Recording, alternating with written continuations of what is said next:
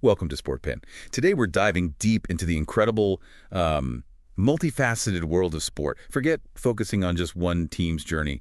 We're pulling back the curtain to see the forces that shape all the games we love. We've got a fascinating stack of sources here covering everything from the unseen science behind peak performance and the nuts and bolts business of running massive organizations, all the way to the powerful cultural threads that connect us to our teams and, the very human stories of the people who live the game. That's right. Our mission today is to go beyond the headlines and extract the truly important nuggets, the surprising insights, the key dynamics that really explain what's going on behind the scenes, and, what defines the bigger story of sport. Okay. We'll explore the unexpected roots of sports science, the complex structures that keep sport organizations ticking, how identity and culture are woven into the very fabric of the game, and the essential human elements like motivation and well-being, illustrated in part through the story of an iconic global player.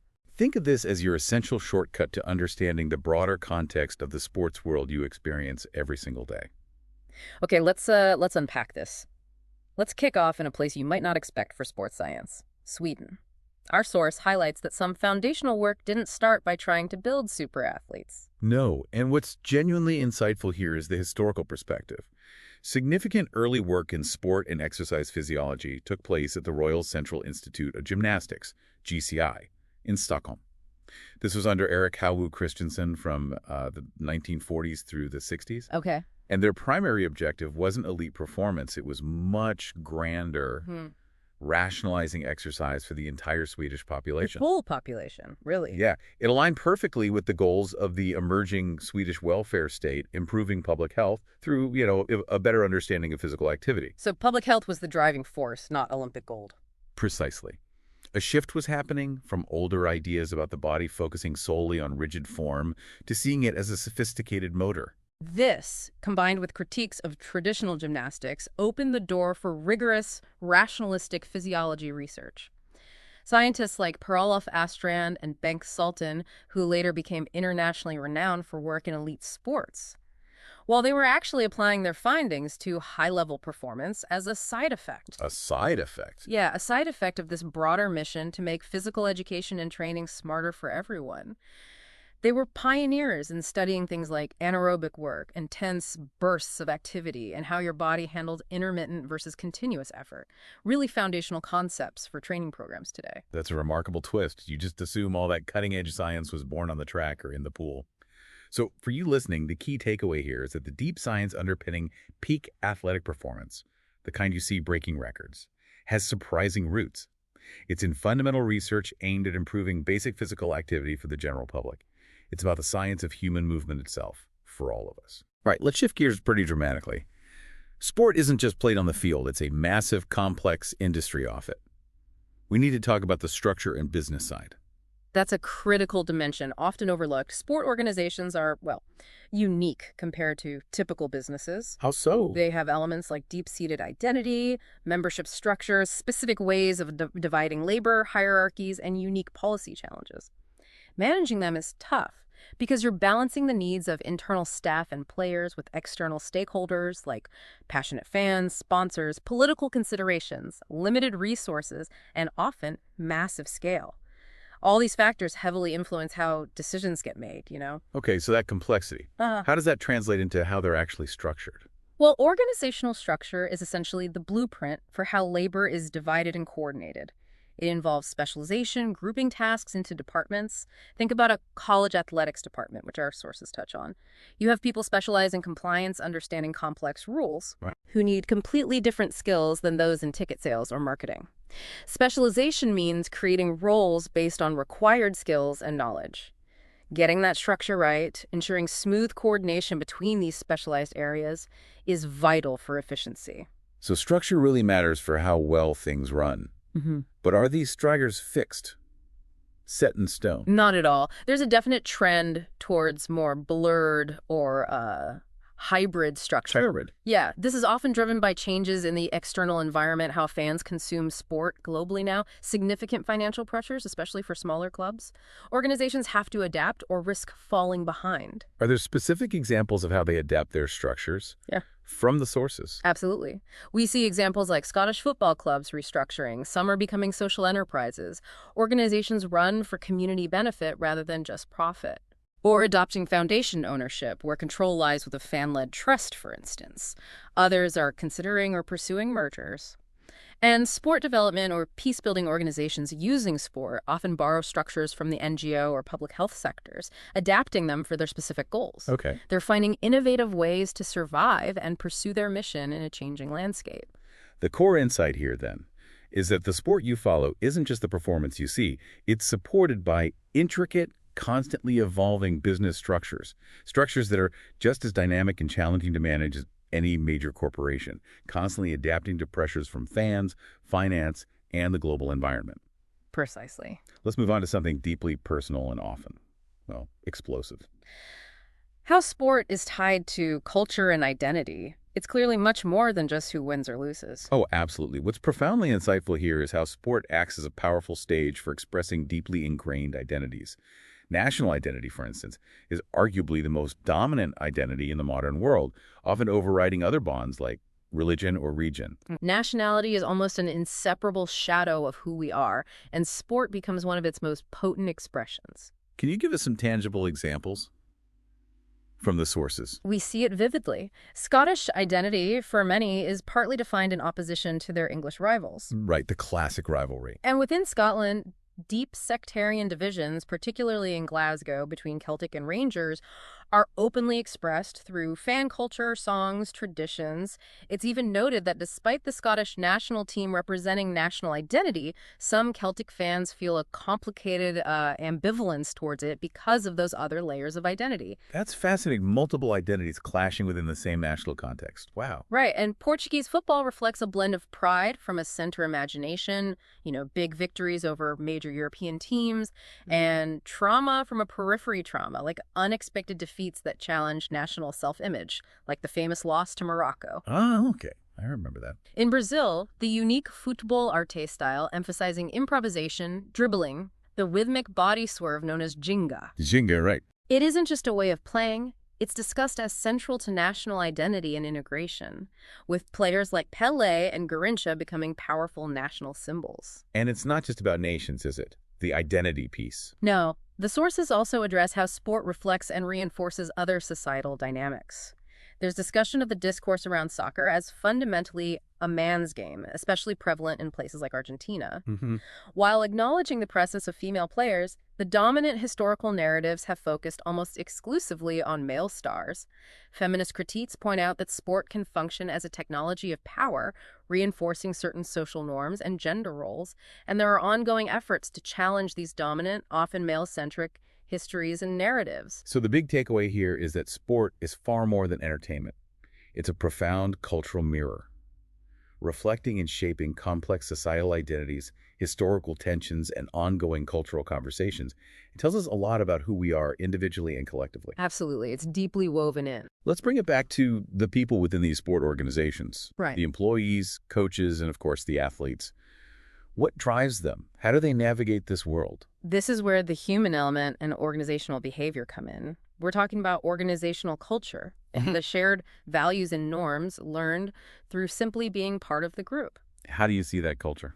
Well, you see it in artifacts like photos on the wall, honor boards, or team rituals. Even policies can reinforce culture.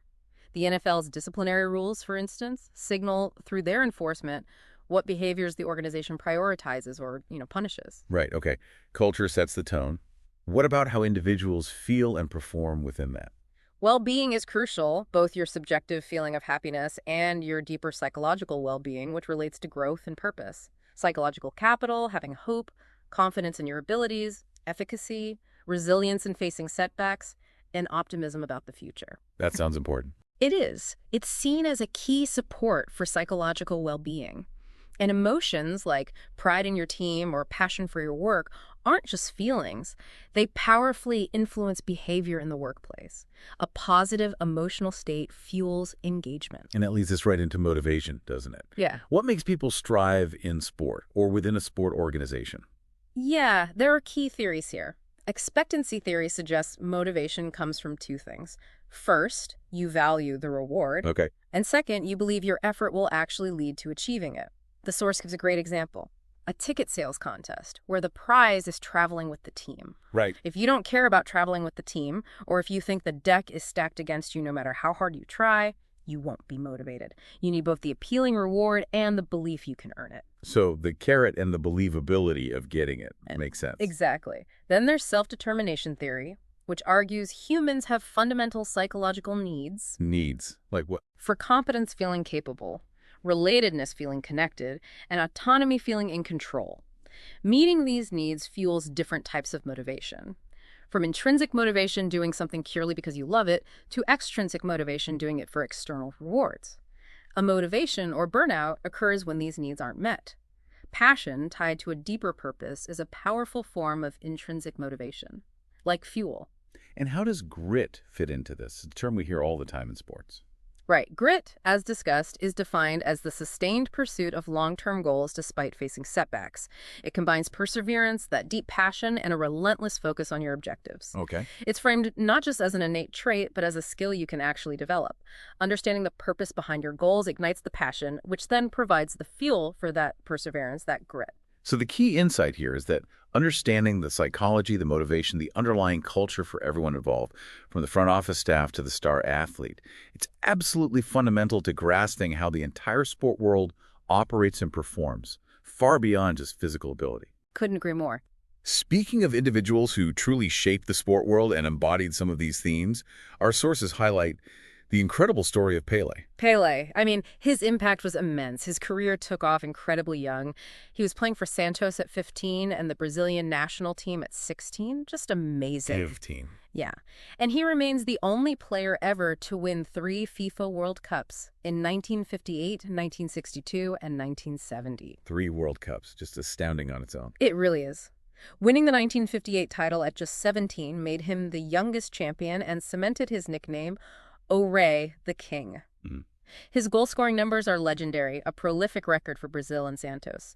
He also led Santos to major club titles like the Copa Libertadores in the early 60s. Right. Benfica's goalkeeper, after facing him in the 1962 Intercontinental Cup final, gave that famous quote about Pele not being born on the same planet as the rest of us, capturing the sheer otherworldliness of his talent. That's quite a quote. It is, and the source mentions an anecdote about his first airplane trip for the 1958 World Cup. He was apparently nervous, worried about an injury. But when they stopped and were safe, the airport was packed with thousands of fans chanting and cheering, reminding the team of the nation's hopes on their shoulders. Heavy stuff. Wow. And even moments where his brilliance was denied became iconic, like the save by Gordon Banks. Absolutely. That 1970 World Cup moment. Pele had a header that he describes knowing was a goal. Yeah. Only for England's Gordon Banks to pull off one of the most miraculous saves in history, somehow scooping it over the bar. It was a perfect moment, showcasing peak defensive ability against Pele's incredible offensive power. Just incredible. Now, after a long, successful run with Santos, he made a significant move later in his career, didn't he? To the New York Cosmos. He did, joining the North American Soccer League in the mid-70s. A key driver for this move, according to the source, was actually financial necessity after some poor investment. Really? Financial need. Yeah, soccer was the way to pay off significant debts, apparently. The contract made him the best-paid athlete globally for a time. He joined the Cosmos mid-season and described the initial practice as feeling like a sandlot baseball team playing alongside a legend. Bit of a culture shock, maybe. Huh, I can imagine. But his sheer quality was immediately apparent. The source mentions a bicycle kick in practice that just stunned teammates. Yeah. His arrival brought unprecedented global attention to soccer in the U.S. Huge impact. And his farewell from the Brazilian team was equally memorable, I gather. Oh, incredibly poignant. His final match for Brazil against Yugoslavia at the Maracana Stadium played before 180,000 fans. 180,000. Yeah. And they chanted, "Fica, Fica, stay, stay," as he removed his iconic number 10 shirt for the final time. It just captured the nation's deep connection to him. Pele's story truly captures how exceptional individual talent can transcend the game itself, becoming a global phenomenon. and embodying elements of national identity, the business of sport, and the sheer drive of human performance that we've explored. What a figure. Truly legendary. So we've journeyed through the fascinating world of sport today, starting with the surprising public health roots of exercise science in Sweden, moved through the complex, adapting business structures of organizations, explored how sport is a powerful lens for cultural identities and rivalries, looked inside the human element of motivation and well-being for those involved, and capped it off with the legendary story of Pele, an individual who touched on so many of these interwoven themes. It really drives home that sport is this rich, complex tapestry, constantly changing due to the interplay of science, business, culture, and the drive of the people within it. And considering how deeply intertwined sport is with national identity, complex business models, and individual psychology, what new forms of competition, fan engagement, or even player motivation might emerge in the next decade as technology and globalization continue to accelerate these forces? Something for you to think about the next time you watch a game or follow a team. Thanks for listening to Sportpen.